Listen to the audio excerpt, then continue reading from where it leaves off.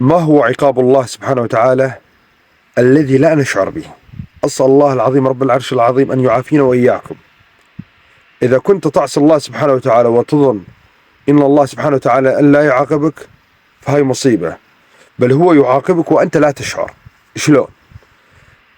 جاء رجل إلى حسن البصري فقال له: إني سمعت أن لكل معصية لها عقاب، أي معصية سويها لها عقاب، ويقول هو: إني عصيت الله كثيرا ولم يعاقبني. فقال له: اسمع شو قال له حسن البصري: يا بني، بكم عاقبك الله وأنت لا تدري، ما تعرف، عاقبك الله كثير وأنت ما تدري. فقال له: شلون؟ قال له: ألم يسلبك حلاوة المناجاة؟ تخيل. ألم تمر عليك الأيام دون أن تقرأ القرآن؟ كثير سبحان الله تمر عليه الأيام وأنا أقرأ القرآن، وهذا عقاب من الله سبحانه وتعالى. قالوا: ألم يمر عليك الليالي الطوال وأنت محروم من قيام الليل؟ إيه والله هذا أكبر عقاب. قال: ألم يمسك لسانك عن ذكر الله سبحانه وتعالى؟ تخيل أنك تمر عليك أيام كثير وأنت ناسي أنك تذكر الله سبحانه وتعالى، لا إله إلا الله. قال: ألم يبتليك الله بحب المال والجاه والشهرة وأنت لم تشعر بثقل طول على قلبك؟ يعني تخيل هذا كله عليك أنت مالك داري، فهذا عقاب من الله سبحانه وتعالى. ألم يمسك عنك الآخرة وجعل الدنيا أكبر همك؟ تخيل صار الحين كلاتنا بالدنيا لا إله إلا الله، نسيانين الآخرة خالص ولا ندري عنها بشيء، لا إله إلا الله.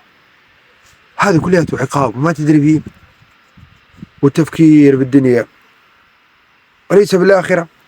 يكفيك هذا عقاب. سبحان الله، نسيت الآخرة كلياتها، ونسيت الموت، نسيت كل شيء، لا إله إلا الله. يقول لك هذا مو عقاب، هذا أكبر عقاب.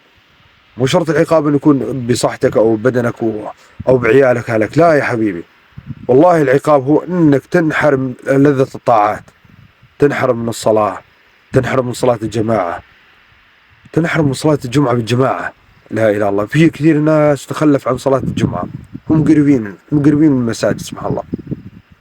هذا عقاب من الله سبحانه وتعالى. يقول لك والله بعدين الجمعة الجاية، لا تأجل، ما تدري لحظة الموت شلون تجيك، ما تدري، والله ما تدري. لا تقول والله صليت الظهر بس والله تكسلت عن صلاة العصر، لا، هذا عقاب وانت ما شعرت به. فلازم كل واحد منا يراجع نفسه مع الله سبحانه وتعالى.